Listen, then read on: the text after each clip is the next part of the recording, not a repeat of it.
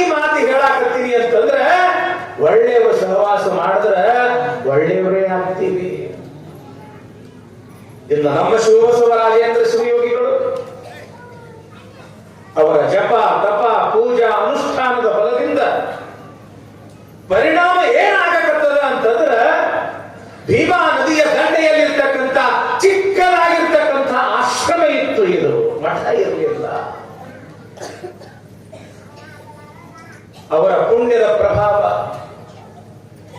ಅವರ ತಪಸ್ಸಿನ ಪ್ರಭಾವ, ಕ್ಯಾಡಗಿ ಗ್ರಾಮದಲ್ಲಿ ಇರ್ತಕ್ಕಂಥ ಎಲ್ಲಾ ಗುರು ಹಿರಿಯರ ಒಂದು ಭಕ್ತಿಯ ಸಂಬಂಧ, ಊರಲ್ಲ ಎರಡು ಊರಲ್ಲ ಸುತ್ತಮುತ್ತ ಇರ್ತಕ್ಕಂಥ 50-60 ಹಳ್ಳಿಗಳ ಒಂದು ಭಕ್ತಿಯ ಸಂಬಂಧದಿಂದಾಗಿ, ಅವರ ಒಂದು ಸಂಘದಿಂದಾಗಿ ಇವತ್ತು ಪುಟ್ಟದಾಗಿರ್ತಕ್ಕಂಥ ಈ ಹಳ್ಳಿಯೊಳಗ ಬಸವ ಪುರಾಣ ನಡೆದ್ರ ಯೂಟ್ಯೂಬ್ ಒಳಗ ಲಕ್ಷ ಲಕ್ಷ ಜನ ಬಸವ ಪುರಾಣ ಕೇಳಾಕತ್ತಾರೆ.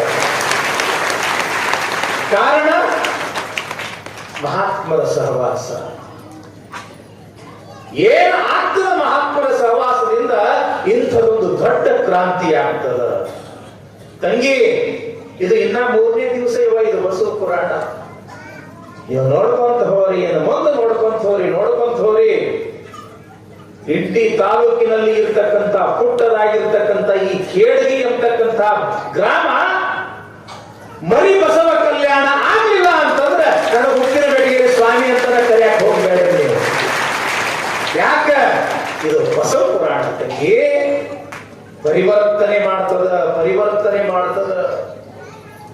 ಪ್ರತಿಯೊಬ್ಬರಲ್ಲಿಯೂ ಕೂಡ ಬಸವಾದಿ ಪ್ರಮುಖರ ವಿಚಾರಧಾರೆಗಳನ್ನು ತುಂಬಿ ಕಾಯಕ ದಾಸೋಹ ಸಮಾನತೆ ಶಿವಾನುಭವ ಸಿದ್ಧಾಂತಗಳಿಂದ ನೀವೆಲ್ಲರ ಬಾಳು ಬಂಗಾರ ಮಾಡ್ತದ ತಂಗಿ. ಅದಕ್ಕಂತಾಳ ಇಲ್ಲಿ ಅಕ್ಕ ಮರ ಮಥನಿಸಿ ಕಿಚ್ಚು ಹುಟ್ಟಿ ಸುತ್ತಣ ತರುಮರಾದಿಗಳ ಸುಡಲಾಯಿತು. ಆತ್ಮ ಮಥನಿಸಿ ಜ್ಞಾನಾಗ್ನಿ ಹುಟ್ಟಿ ಪದ್ಯದ್ದ ತನುಗುಣಾದಿಗಳ ಸುಡಲಾಯಿತು.